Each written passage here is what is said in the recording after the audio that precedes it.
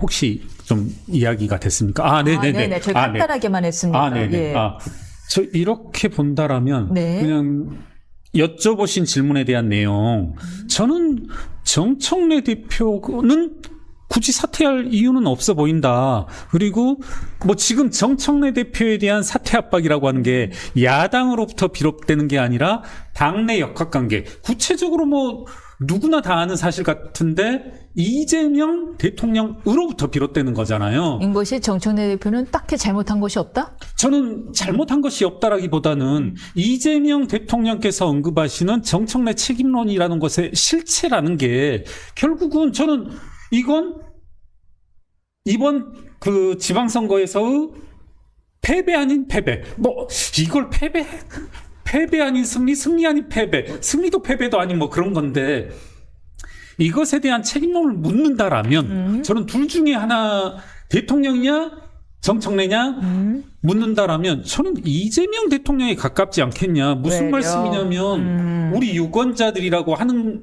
분들이 네. 투표장에 들어섰을 때 네. 누구를 생각하며 찍었겠냐. 예. 저는 뭐 개인적으로 정청래 좋아하시라 하면 싫어, 이재명 좋아하시라 하면 싫어 네. 하는 텐데, 제가 투표장에서 주저했던 이유를 하나 대봐라 하면은 저는 이재명 대통령을 꼽을 것 같아요. 그리고 이와 같은 저의 심리는 네. 다른 국민분들도 다르지 않을 거다. 그리고 뭡니까?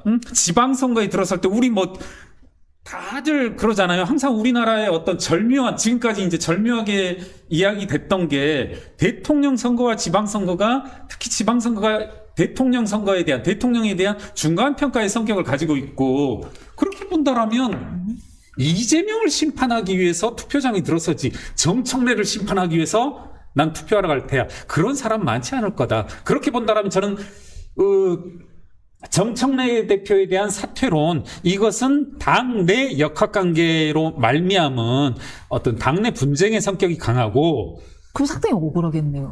저는 그렇게 봅니다. 그래서 저는 전당대회 나와야겠네요.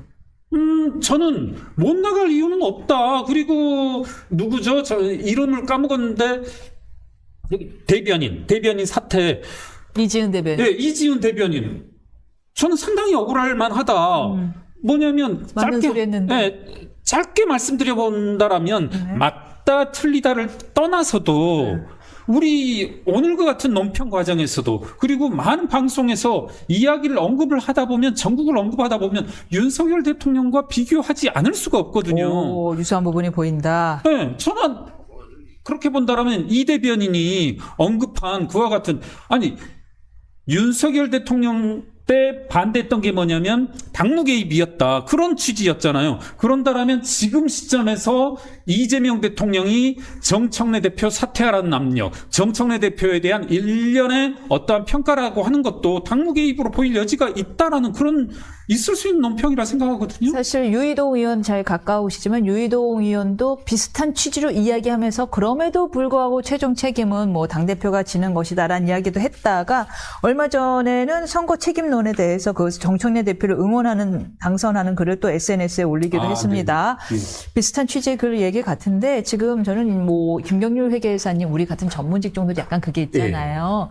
마음에 없는 소리는 잘 못하는. 그렇죠. 정치적인 이야기 잘 못하는 그런 게 예. 있어서 그 진실성을 의심하지 않으나, 그럼에도 불구하고 혹시나 해서 진실로 말씀하신가요? 아니면 정청래 대표가 필요해서 전력 자산이라서? 아니요. 저는 정청래를 좌우우면할 필요도 없고 이재명 대통령 좌우우면할 필요도 없고 장동혁도 좌우우면 필요할 필요 없고, 저는 한동훈 대표에 대해서도 잘못하면 계속 반박해야죠.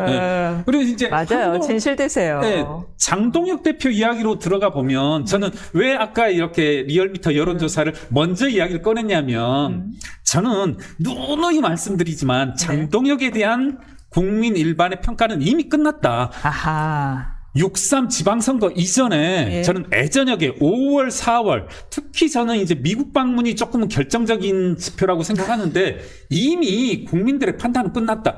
지금 오늘 저도 깜짝 놀랐는데 국민의힘 지지율이 오차범위를 넘어서 이 민주당에 대한 지지율을 앞선 것, 이것들이 장동혁은 지금 얘기하잖아요.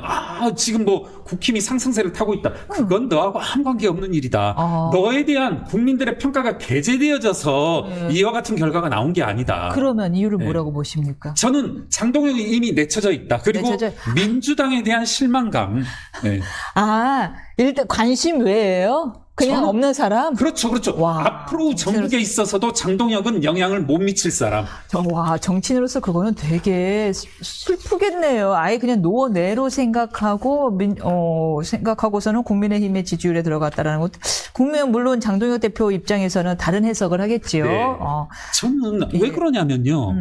만약에 국민들이 장동혁을 어떤 변수 중에 하나로 뒀다라면 이런 결과는 절대 나올 수 없다. 그러니까 5% 안팎의 분명한 극성 지지층은 있을 텐데 그분들에 대한 영향력, 소위 말하는 윤어게인 부정선거 세력으로서 그와 같은 실체, 5% 안팎의 실체는 장동혁에 대한 어떤 지지가 분명히 있을 거다. 그런데 국민 일반들이 이와 같은 여론에 포착되는 국민 일반이 장동혁을 염두에 뒀다라면 이런 결과는 안 뒀을 거다. 그렇군요. 근데 이에 대해서 이제 리얼미터가 에너지 경제신문 의뢰로 한 건데요. 이에 대해서 리얼미터는 선관위 국정조사, 특검법 발의 등 이 부실 선거 사태에 대한 강경 대응을 주도하며 진보 중도층과 20대 청년층의 지지를 국민의힘이 흡수한 것으로 풀이했다라고 하고 리얼미터의 해석입니다.